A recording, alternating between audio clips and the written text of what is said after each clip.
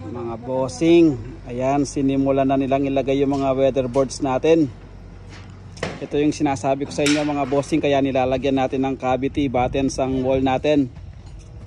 Ito yun, para kapag inalagay na yung mga weather boards mga bossing, pag nag-moist ito sa harapan, siyempre tatagos yan dito ng mga bossing.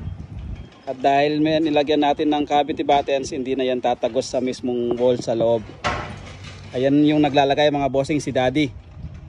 Tapos pag tumulo na yung moisture dyan sa weather boards natin mga bossing, diretso yan sa ating cavity buttons. Ayan, kaya merong butas yan mga bossing para yung tubig diretso na yan sa ilalim.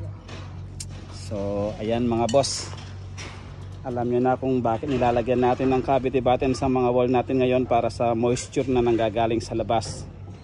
Okay mga bossing, thank you, bye bye.